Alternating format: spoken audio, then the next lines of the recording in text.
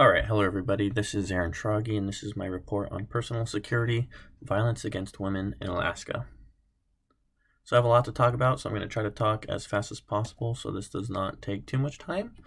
But I'd like to start by defining what is personal security, and I put my own definition in here.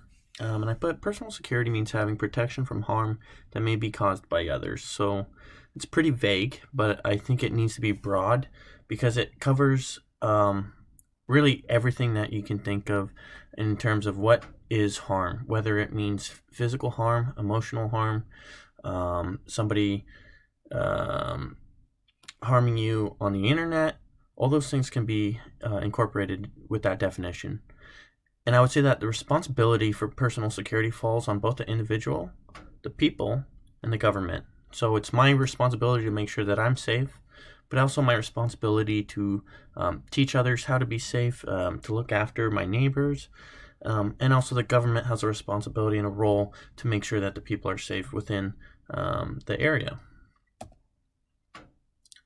So personal, kind of going over what I said. So don't put yourself into a bad situation. And an example of this, with the coronavirus going around, when you're going shopping for your groceries, don't just be bumping into people. Don't cough on people. Don't let people cough on you. Wear a mask if you can. But then the government also has a responsibility. So going in with that same thing, the government would have a responsibility to shut down things that could spread the virus, such as bars have been shut down. So the government has done a good job there, and people need to take some responsibility as well. So let's talk about domestic violence now that we kind of have hit a couple broad ideas of going into this. So domestic violence is really just violence between two people that either have an intimate relationship with each other or have lived with each other. It could be family members. All of those would qualify to be domestic violence. On average, nearly 20 people per minute are physically abused by an intimate partner. And during 1 year, this equates to more than 10 million women and men. So 1 in 4 women and 1 in 9 men experience severe intimate partner physical violence. And if you look down at my picture at the bottom, this is out of Alaska. 48 experienced intimate partner violence, 37 experienced sexual violence, and 59 experienced intimate partner violence. So pretty high numbers. It's pretty surprising to see that. And Alaska has some of the worst rates of domestic violence in the United States. And we're going to be looking more into that here in a little bit. But I wanted to talk about something. Domestic violence is preventable. And we see how high the rates are. So why is that? Well, some of the things we need to talk about preventing this is teaching safe and healthy relationship skills. And this starts when people are young. Children that are in a family and the parents are fighting, or someone is being hurt by the other parent, it teaches those kids that that's okay, and they're going to be raised up to one day do those same things. So it starts with having good role models. So engage influential adults and peers. Get people that are good role models and get them out of those bad situations. Disrupt developmental pathways towards partner violence. So maybe this could be police and government intervention, separating people that are in a bad place. Create protective environments, giving people safe places to go to when they've been in a DV incident. Strengthening economic support for families and support survivors to increase safety and lessen harm. So these are preventative things that we need to do and incorporate to help families and to help raise the next generation of people, because we need to be a good influence and role model on the children, because one day they're going to be the leaders of the next generation. So their government has enacted some things. One big thing is the Violence Against Women Act. This act in 1996 recognized that domestic violence is a national crime and that the federal law can help an overburdened state and local criminal justice system. And Alaska is required whenever police officers in Alaska respond to a domestic violence incident. Oftentimes what happens is one part of the party, for whatever reason, does not want to press charges on the other person. And there's a lot of reasons why this may be. but Alaska has a law in place that says if if there's a DV incident in Alaska and police respond, they have to basically press charges, whether the other party involved wants it or not. They are going to press charges. So that's a good thing for people of Alaska. So let's look at some general information for Alaska and some of the villages. So if we look at the Violent Crimes Compensation Board, this is the 2018 report that came out of Alaska, and it's showing how many claims, okay, not DV incidents, but how many claims were made after a DV incident. So if we look at Anchorage, there's 422, Bethel 32, Fairbanks we have 94, North Pole 30, Palmer 44, and let's see, the other big one was Wasilla with 76. So these are all claims where people placed a claim to get some kind of financial help after a DV incident. This is not how many crimes there were. Ethnicity of victims applying for compensation, 36% were American Indian or Alaska Native, with 33% being white. And those are the two predominant races here that were applying for claims. So you can see it kind of shows a picture of where a lot of this is happening. I'd imagine in Alaska Native, a lot of that is happening in the villages.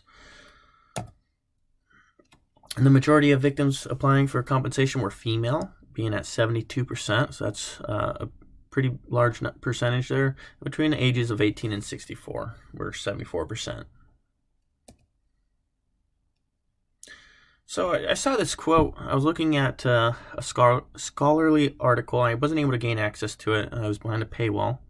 But I was able to read a little bit of it, and it was talking about, this was an Alaska Native woman who was interviewed after a DV incident, and it said, "Where do you go when it's 40 below?" Oftentimes when there's a DV incident, you would ask, well, why does the other person not just leave? And there's many reasons why, but when it's 40 below out, which it often gets in the villages as well as Fairbanks, you can't just run away. You can't just leave the house. It's so cold out that if you spent the night outside, you would die. Now, there's housing for people who are involved in DV incidents. However, a lot of the villages, actually pretty much all of the villages, do not have this resource available. And this is why government has a responsibility, because they need to have resources available for those that can use it. Because if they don't have those resources available, well, where do you go when it's 40 below? You end up staying right where you're at. And it puts people in a very bad situation. Domestic violence is the leading cause of homelessness in women. And if I put this here, villages. A police officer was hired in a village where he had been incarcerated for former domestic violence crimes. If you guys recall, in one of my previous presentations, I talked about, I can't remember which village it was, but a police officer had been incarcerated for a DV incident, and then he became a police officer in that exact same village. So now you have someone in a position of power over someone who he has sexually assaulted, and now has a badge, and it's insane. Now, if you also recall, there has been changes made. Governor Dunleavy has saw that and has made changes. That was pretty big in the newspaper a couple months ago. But there's still a lot that needs to be done. Okay, so I'd like to relate this to a couple other securities: economic security, food security, climate security. I would say that these all play a role in here, and let me say why. Economic security, if you have one person earning the income, and this can go with food security, with subsistence lifestyle, traditionally in the villages, the men would go hunt, the women would gather berries and different types of vegetation, and you had to rely on each other. You couldn't make it on your own. And when you rely on each other, you can't just leave. So if you're being abused by someone, but you need each other to survive, it puts you in a situation where you might be endangering yourself by being with this person, but you need them at the same time to survive. So it's tough. I don't know what to say. It's puts people in a really bad situation, and they don't have the resources to get help. And with climate security, you have the changing migration patterns. A lot of the villages are losing parts of their land to erosion, and that's going to add stress. Let's say you start losing food security because of the migration patterns. Well, that's added stress. And when people are stressed, they end up getting into incidents like this. This is why people fight. They get overstressed. One thing leads to another, and the next thing you know, you have a DV incident. Okay, so Fairbanks just going to try to speed this up, but alcoholic consumption, Alaska is the third leading state for alcohol consumption. This is some information gathered by the 24/7 Wall Street Journal, taking information from the CDC, Centers for Disease Control, and they are showing that the drunkest metro area in Alaska is Fairbanks. They have the 16th highest alcohol-related driving deaths, and how many adults are excessively drinking is 22.1%. And if you look at that, you can see what is excessive drinking. The definition is up there, but I'm gonna keep moving on for time's sake. Okay, so in the past year, 2017, this was a 2018 report, the Fairbanks Police Department responded to 1,008 calls for assistance related to domestic violence. So that's 20 calls a week. That's pretty insane. Fairbanks isn't that big of a city, so to be getting 20 DV calls a week, that is insane. And then, of course, the burden that DV incident puts on the community.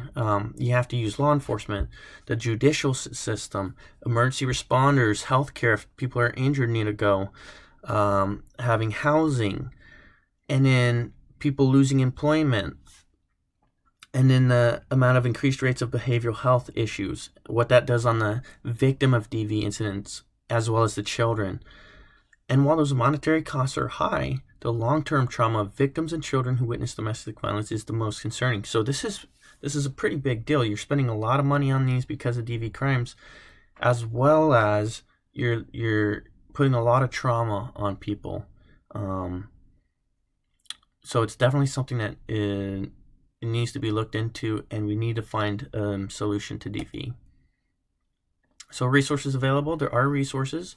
Crime scene cleanup, evidence replacement, loss of support, lost wages, medical expenses, mental health, relocation expenses, security measures, and travel expenses. So any victim of a DV crime can receive up to $40,000 in compensation through these things. So let's just give an example. So evidence replacement. So if a victim lost some furniture or something in their house because it was considered evidence, then that they would be entitled to replacement of that, and the state would help pay for that.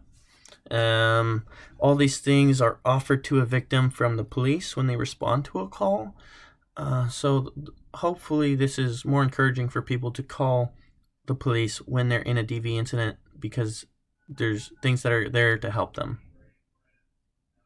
Okay, thank you everyone for listening to my presentation on personal security. I know it ran a little long. I just had so much to talk about, and I was trying to go as fast as possible. There's a lot more to it. I hope everyone looks into it more, because it is a really big issue, and it's up to all of us to be good role models and influences on the children of tomorrow.